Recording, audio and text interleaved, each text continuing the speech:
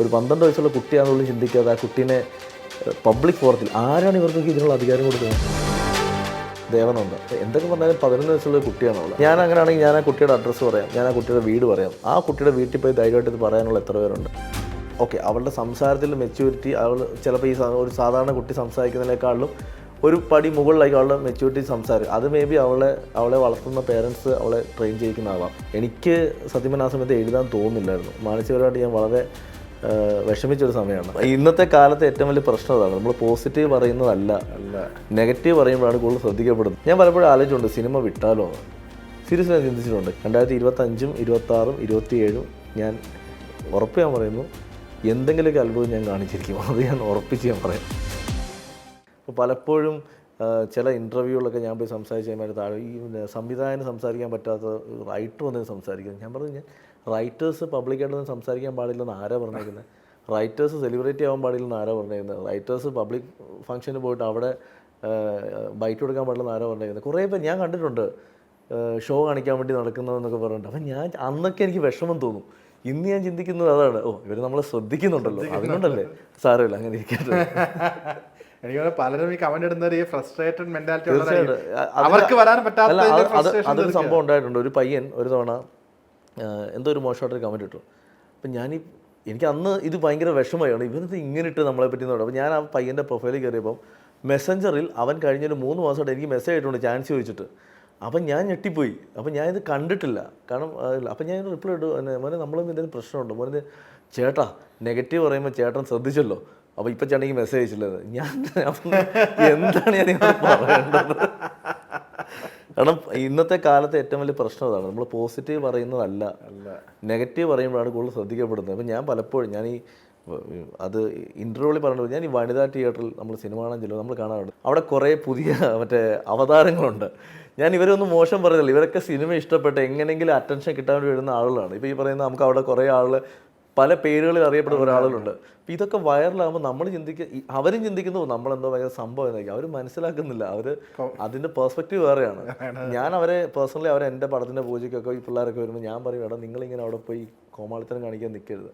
നിങ്ങൾ സിനിമയാണ് ആഗ്രഹമെങ്കിൽ ജെന്യൂനായിട്ട് നിങ്ങൾ സിനിമ ട്രൈ ചെയ്യും. അല്ല നിങ്ങളവിടെ പോയി എന്നിട്ട് ഇത് കാണിച്ചെന്ന് വെച്ചാൽ നിങ്ങൾക്ക് എന്തെങ്കിലും ഗുണമുണ്ടോ ആ സിനിമയുടെ? ഓക്കെ, ഇപ്പോൾ ഞാൻ എൻ്റെ സിനിമ വരുമ്പോൾ നിങ്ങൾ വന്നാൽ എനിക്ക് പ്രൊമോഷനാണ്, എൻ്റെ സിനിമ 10 പേര് കാണാൻ ചിലപ്പോൾ ഉപകാരപ്പെടുമെങ്കിൽ എനിക്ക് നല്ലതാണ്, കാശുണ്ടാക്കും പ്രൊഡ്യൂസർ. അല്ല നിങ്ങൾക്കൊന്നും കിട്ടാനില്ല, നിങ്ങൾ വെറും കോമാളികളായി മാറുമെന്ന് പറയും. നമ്മൾ ജീവിതത്തിൽ കോമാളികളാവാൻ വേണ്ടി അല്ലല്ലോ ട്രൈ ചെയ്യുന്നത്. പക്ഷേ ഇത് നമ്മൾ പറഞ്ഞു കഴിയുമ്പോൾ അവരെ ഏത് സെൻസിറ്റ് എടുക്കുന്ന എനിക്ക് അറിയത്തില്ല. അതുകൊണ്ട് ഇപ്പം ഞാൻ ഈ ഉപദേശ പരിപാടി നിർത്തിയേക്കുക, നമ്മൾ നമ്മുടെ കാര്യം നോക്കി പോകുന്നത്. എന്തായിരുന്നു അറിയാം, നമ്മൾ നല്ലത് പറയുന്നവരെ ശ്രദ്ധിക്കാൻ ആരും ഇല്ല, കാരണം അവർ ഒറ്റപ്പെട്ടു പോകത്തേ ഉള്ളൂ. അതേസമയം ഞാനിപ്പം ഇവിടെ ഇരുന്നുകൊണ്ട് ഞാനൊരു 10 പേരുടെ കുറ്റം പറയാമെന്ന് വെച്ചോ, ചിലപ്പോൾ എൻ്റെ കൂടെ അതിൻ്റെ താഴെ വന്ന് ശരിയാ ഇയാൾ പറഞ്ഞ അവർ എന്ന് പറയാൻ പറയുന്നുണ്ട്, അല്ലല്ലോ അവൻ അങ്ങനെ പറയാൻ ആളുകളാണ്. പക്ഷേ ഞാൻ പറയുന്നത് നല്ലത് പറയാൻ ആണ് ഇന്നത്തെ കാലത്തെ പ്രശ്നം. നല്ലത് പറയാൻ വളരെ റെയറായിട്ടേ ആളെ കിട്ടുന്നുള്ളൂ. ഇപ്പോൾ 2 ദിവസം മുന്നേ ഞാൻ ഇൻസ്റ്റാഗ്രാമിൽ ഒരു പോസ്റ്റ് ഇട്ടിരുന്നു, അതായത് എൻ്റെ മകളെ സ്കൂളിൽ ചേർക്കാൻ.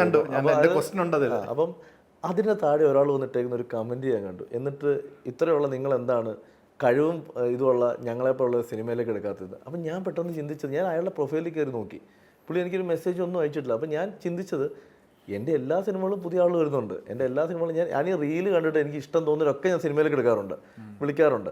അപ്പം പക്ഷേ അയാൾ എവിടെയോ ഫ്രസ്ട്രേറ്റഡ് ആണ്, അയാൾക്ക് ആരോ അവസരം കൊടുത്തിട്ടില്ല. എന്നിട്ട് ഞാനായിട്ട് പോസ്റ്റ് ഭയങ്കര ഇമോഷണൽ ഒരു പോസ്റ്റായിരുന്നു, ഞാൻ എൻ്റെ പേഴ്സണൽ ഇമോഷൻ.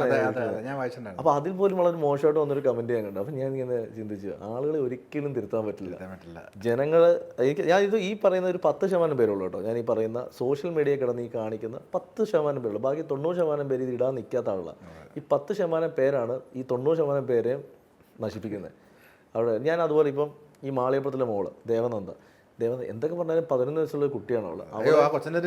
ആ കുട്ടി ആ 11 വയസ്സിനിടയിൽ ഏകദേശം 14-15 സിനിമയിൽ അഭിനയിച്ചു. അതിലൊരു പടം ഇപ്പോൾ മാളികപ്പുറം ഒരു സിനിമ, അവളാണ് സെൻട്രൽ ക്യാരക്ടർ.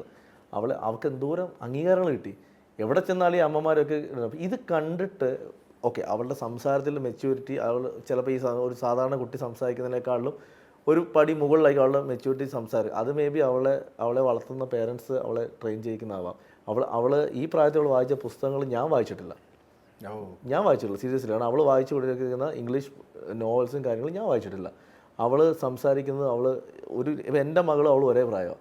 എൻ്റെ മകൾ ഇന്ന് സംസാരിക്കുന്ന കാര്യങ്ങളല്ല അവൾ സംസാരിക്കുന്നത് സിനിമയെ പറ്റിയും പുസ്തകങ്ങളെ പറ്റിയാണ്. എൻ്റെ മകൾ സംസാരിക്കുമ്പോഴത്തേക്ക് അവൾ സംസാരിക്കുന്നത് എന്നോടുള്ള പേഴ്സണൽ അല്ല നമ്മുടെ ലവബിളായിട്ടുള്ള കാര്യങ്ങളായിരിക്കും. അപ്പോൾ ഞാൻ ഈ കുട്ടിയുടെ എന്ത് വീഡിയോയുടെ താഴെയും മോശമായി പോയി കമൻറ്റ് ചെയ്യുന്നത് കണ്ടിട്ടുണ്ട്. ഒരു 12 വയസ്സുള്ള കുട്ടിയാണെന്നുള്ളത് ചിന്തിക്കാതെ ആ കുട്ടീനെ പബ്ലിക് ഫോറത്തിൽ ആരാണ് ഇവർക്കൊക്കെ ഇതിനുള്ള അധികാരം കൊടുക്കുന്നത്? വിമർശിക്കാൻ അധികാരമുള്ള ആർക്കാണ്? നമ്മൾ സ്വന്തമായിട്ട് ഒന്ന് ചിന്തിച്ചു നോക്കി. എനിക്ക് പറ്റാത്തതുകൊണ്ടാണ് ഞാൻ വിമർശിക്കുന്നത്. അല്ലെങ്കിൽ എൻ്റെ മകൾ അത് ചെയ്യാത്ത വേറൊരു കുട്ടി ചെയ്ത് കാണുമ്പോൾ ഫ്രസ്ട്രേഷനിലാവും ചിലപ്പോൾ കുറേ പേര് ഇടുന്നത്. പക്ഷേ ഒരു കുട്ടിയോടൊന്നും ഒരിക്കലും അത് ചെയ്യാൻ പാടില്ലാത്ത സീരിയസ്ലി. ഞാനത് കണ്ടിട്ട് അപ്പോൾ ഇനി ഇതിനകത്ത് പോയി നമ്മളെന്തെങ്കിലും പറയാൻ നമ്മളെ തെറി വിളിക്കും. ഞാൻ കൊണ്ട് നമ്മൾ കാണുമ്പോഴത്തേക്ക് അപ്പോൾ ഞാൻ ഇടയ്ക്ക് ഇവിടെ ഒരു പോസ്റ്റ് ഇട്ടിരുന്നു, ഒരു കൊച്ചു കുട്ടിയാണെങ്കിലും ചിന്തിക്കുക ഇങ്ങനെ മോശമായി പറയുന്നത്. അതിൻ്റെ താഴെ കുറേ പേര് എന്നെ തെറി വിളിച്ചു, നിന്നെയും തെറി വിളിക്കുന്നു പറഞ്ഞിട്ട്. അതുകൊണ്ട് നമ്മൾ എന്ത് പറയാനായിട്ട് ഇവരെ ഇതിന് പലതിനും മുഖമില്ല എന്നുള്ളതാണ്, അവർക്ക് എന്തും പറയാലോ. അല്ല ഞാൻ പറഞ്ഞത് ഒരു ഇരുട്ട് മുറിയിൽ കയ്യിലിരിക്കുന്ന 6 ഇഞ്ച് മൊബൈൽ ഫോണിൽ ചെയ്യാൻ ധൈര്യം കാണിക്കുക, അത്രയേ ഉള്ളൂ അവരുടെ ധൈര്യം.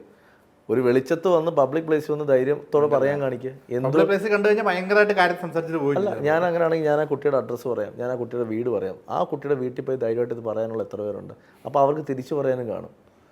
ആ കുട്ടിക്ക് കുട്ടിയുടേതായിട്ടുള്ള പോയിന്റ് ഓഫ് വ്യൂ പറയാൻ പലതും കാണും. ആ കുട്ടി വളർന്നു വന്ന സാഹചര്യം അതാണ്. പിന്നെ ഞാൻ പറഞ്ഞില്ലേ, വിമർശനങ്ങൾ ഇങ്ങനെ കേട്ടുകൊണ്ടിരിക്കുക, അത് കണ്ണടച്ചു വിടും, അത്രേ ഉള്ളൂ. ഞാൻ മാളിപ്പുറമൊക്കെ ഇറങ്ങിയ സമയത്ത് കേട്ടിട്ടുള്ള പോലത്തെ ഞാൻ പലപ്പോഴും ആലോചിച്ചിട്ടുണ്ട് സിനിമ വിട്ടാലോ എന്ന്. സീരിയസ്ലി ഞാൻ ചിന്തിച്ചിട്ടുണ്ട്. കാരണം നമ്മൾ പലപ്പോഴും മനുഷ്യരാണ്, ഇമോഷണലി നമ്മൾ ചിലപ്പോൾ ചില കാര്യങ്ങൾ ഉള്ളിലേക്ക് എടുക്കും. ഞാൻ ആ സിനിമ ചെയ്ത് കഴിഞ്ഞിട്ട് സിനിമ വലിയ ഹിറ്റാവുന്നു, വലിയ ഇതാവുന്നു. പക്ഷേ ആ സിനിമയുടെ പേര് കേട്ട വിമർശനങ്ങൾ ആലോചിച്ചപ്പം നമുക്കൊരു സൂപ്പർ ഹിറ്റ് ഉണ്ട്, ഇനി പഴയ പോലെ ഇൻഫോ പാർക്കിലേക്ക് ജോലിക്ക് പോയാലോ എന്ന് ഞാൻ ചിന്തിച്ചിട്ടുണ്ട്. പക്ഷെ പിന്നെ ഞാൻ ചിന്തിക്കുന്നത് എത്ര പേർക്ക് ഈ ഭാഗ്യം കിട്ടും? അപ്പോൾ ദൈവം ആ ഭാഗ്യം എനിക്ക് തന്നു. ഇനി സിനിമ എഴുതാനുള്ള ദൈവം വിചാരിച്ചാൽ എഴുതാനുള്ള വിശ്വാസം എനിക്കുണ്ട്, ഇനി എഴുതാൻ പറ്റുമെന്നുള്ളത്.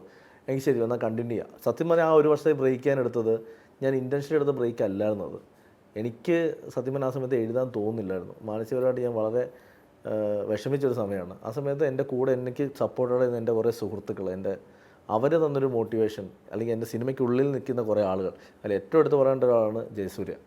ജയേട്ടൻ ആ സമയത്ത് എന്നെ സ്ഥിരം വിളിക്കുകയാണ്. ചേട്ടൻ ഇപ്പോഴും എനിക്ക് ഭയങ്കര മോട്ടിവേഷൻ തന്ന ഒരാളാണ് ജയേട്ടൻ. ഉണ്ണി എനിക്ക് ഒരുപാട് സപ്പോർട്ട് ചെയ്യുന്ന ആളാണ്. അങ്ങനെ കുറേ ആളുകൾ എനിക്ക് എൻ്റെ ഒപ്പം നിന്നിരുന്ന ആ സമയത്ത്. അങ്ങനെ മുന്നോട്ട് വന്നപ്പോഴാണ് ഒരു സിനിമ എന്ന് പറയുന്നൊരു സാധനം വീണ്ടും എഴുതണമെന്ന് തോന്നുകയും ഞാൻ സ്ക്രിപ്റ്റ് വർക്ക് വീണ്ടും സ്റ്റാർട്ട് ചെയ്തത്.